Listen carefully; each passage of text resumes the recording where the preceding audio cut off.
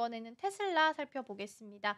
사실 테슬라가 요즘 주가가 계속 떨어지고 있긴 해요. 그런데 그럼에도 불구하고 어제 나온 거 보면 모건 스탠리 쪽에서는 테슬라를 또 탑픽 종목으로 선정을 하기도 했습니다. 관련된 기사 하나 볼 텐데요. 지난해 이제 10월이었죠. 무인 택시를 테슬라가 처음으로 선보였었는데 현지 당국에 택시 영업 허가를 신청했다라는 기사입니다.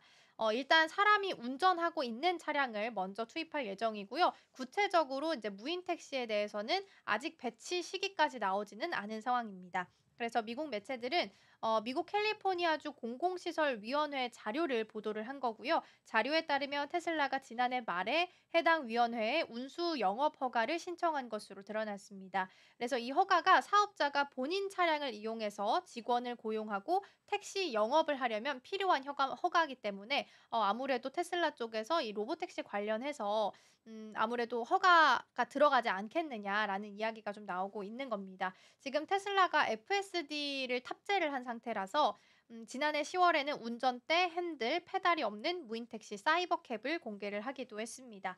테슬라 같은 경우에는 일론 머스크 CEO가 운전하는 사람 없는 무인 택시를 2027년 이전에 대량 생산할 계획이다라고 밝힌 바 있고요. 그때 이야기했던 가격으로 보면 한 3만 달러 미만이다라고 얘기했습니다. 3만 달러로 보면 하나로 약 4,378만 원.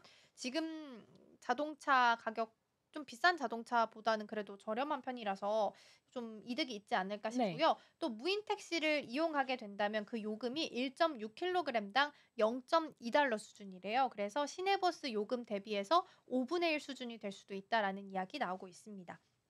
근데 전 한편으로 이렇게 가격이 싸지면 교통 그 혼란, 네. 체증이 좀 심해지지 않을까 하는 생각도 들긴 했어요. 그렇죠. 아무래도 싸니까 버스 대신에 예. 그냥 택시를 탈 수도 있잖아요. 그쵸. 근데 뭐 사실 지하철을 제가 또 애용을 하잖아요. 지하철을 타는 이유 중 하나가 네. 빠른 게 또 있었기 또 정확하게 때문에 갈 수 있는. 그쵸. 정확한 노선에 빠르게 또 갈 수 있기 음. 때문에 일단은 나와 봐야지 할 것 같습니다. 알겠습니다.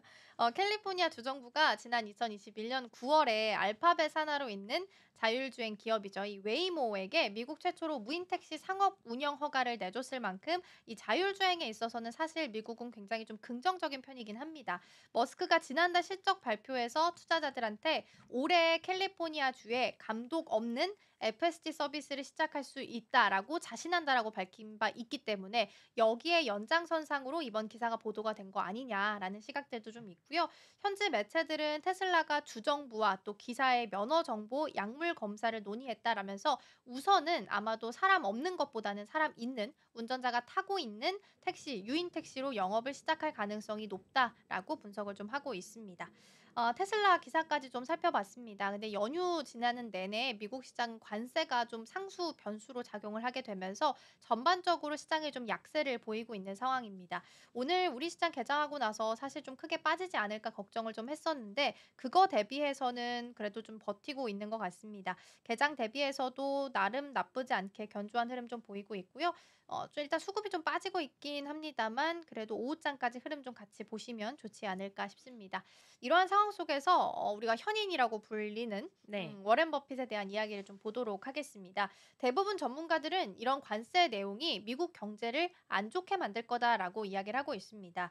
워렌 버핏 같은 경우에는 도널드 트럼프 대통령의 관세 정책에 대해서 굉장히 이례적으로 비판적인 견해를 내놓기도 했는데요. CNBC 방송에 따르면 CBS 뉴스 인터뷰를 통해서 우리는 관세를 많이 겪어봤다. 관세는 어느 정도 전쟁 행위다라고 평가를 좀 했습니다. 그래서 이빨 요정이라는 표현을 사용해서 이야기를 했는데 보면은 시간이 가면 관세는 상품에 매기는 세금이 된다. 이빨 요정은 세금을 내지 않는다라고 말하면서 경제에서는 항상 그러고 나면 어떻게 되지라는 질문을 던져야 한다라고 이야기했습니다. 미국 이빨 요정 이야기 들어봤어요? 아니요. 저도 잘 몰랐는데 네. 침대 머리맡에 빠진 이를 두고 잠들면 거기에 동전을 넣어주는 문화가 있대요. 마치 우리가 이제 지붕 위로 던지는 것 같은 그쵸. 그런 느낌이라고 하더라고요. 근데 사실 이빨 요정은 없잖아요. 네. 그러니까 그걸 가져가고 부모님이 동전을 넣어주는 거래요. 어. 그런 문화가 있다라고 하더라고요. 그래서 부모님이 결국에는 동전을 넣어주듯이 이 경제 안에서도 결국 누군가는 세금 부담을 반드시 음. 내야 한다, 동전을 내야 한다라는 코멘트로 비유를 해서 남겼다라고 합니다. 그래서 버핏 회장은 이번 관세 정책에 대해서 이렇게 공개적으로 발언을 한 건 굉장히 이례적이고 또 처음이라서 징벌적 관세는 인플레이션을 야기하면서 소비자들에게 결과적으로는 피해를 줄 것이다라고 이야기하기도 했습니다. 그리고 트럼프 일기 당시에는 미국의 공격적 움직임이 이미 세계적으로 많은 부정적인 영향을 야기를 할 거다라고 일기 때도 비판을 한 바가 있기는 합니다. 네, 그리고 최근 미국에서는 트럼프 대통령의 전방위적 관세 정책으로 인플레이션과 소비 심리 둔화에 대한 우려가 나오고 있습니다. 이 버크셔는 최근에 애플 등 보유 주식을 많이 팔고 현금을 확보해서 주로 미국 국채 투자한 것으로 알려졌습니다. 이런 현금성 자산 규모가 3,342억 달러로 1년 만에 2배 정도 늘어났는데요. 이를 두고 일각에서는 버핏 회장이 미국 경제와 증시의 약세를 전망하기 때문에 그렇게 했다라고 보는 반면에 다른 한편에서는 그가 이 고령인 만큼 버크셔의 후계를 염두에 두고 있다라고 해석을 하기도 하고 있습니다. 네, 이렇게 전반적으로 이 버크셔 해서웨이의 워런 버핏이 바라보는 이 관세에 대해서 알아봤고요.